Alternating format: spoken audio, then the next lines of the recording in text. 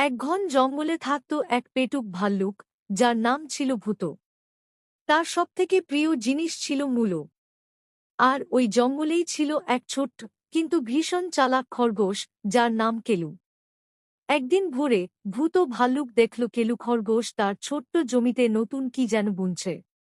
ভূত জানতে চাইল, কেলু, কি বুনছিস রে? এত খাটাখাটি করছিস?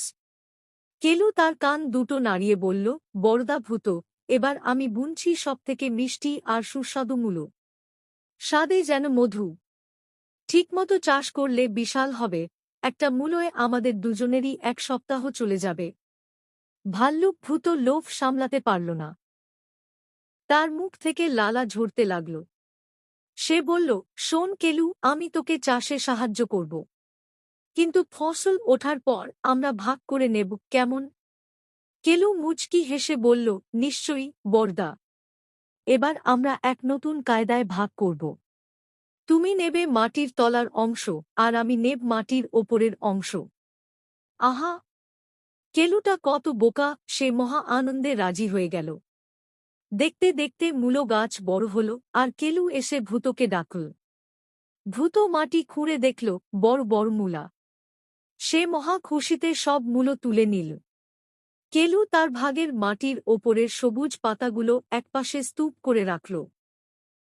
পরদিন সকালে ভূত ভাল্লুক সেই মূলো চিবিয়ে খাচ্ছিল, কিন্তু তার মুখটা কেমন যেন হয়ে গেল। সে কেলুর কাছে এসে রেগে বলল, এ কি রে কেলু? তুই না বললি মধুর মূলো এত বিস্বাদ? পরের বছর যখন কেলু আবার চাষ শুরু করল, ভূত ছুটে এসে বলল, শোন কেলু, এবার আমি আর ভুল করব না। এবার আমি নেব মাটির ওপরের অংশ আর তুই নিবি মাটির তলার অংশ। কেলু হাসতে হাসতে বলল, ঠিক আছে বড়দা। তাই হবে। এবার কেলু জমিতে বুনল আলু। ফসল ওঠার পর ভূত মহা উৎসাহে মাটির ওপরের অংশ অর্থাৎ আলুর গাছপাতাগুলো ছিঁড়ে নিল। আর কেলু মাটি খুঁড়ে পেল তার ভাগের সুন্দর গোল গোল আলু। ভাল্লুক ভূত সেই গাছপাতাগুলো চিবোতে গিয়ে হতাশ হয়ে গেল।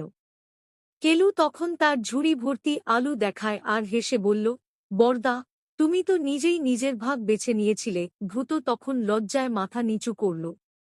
সেই থেকে ভূত ভাল্লুক সব কাজে কেলুর বুদ্ধি নিত, আর কেলুও হাসিমুখে তাকে সাহায্য করত।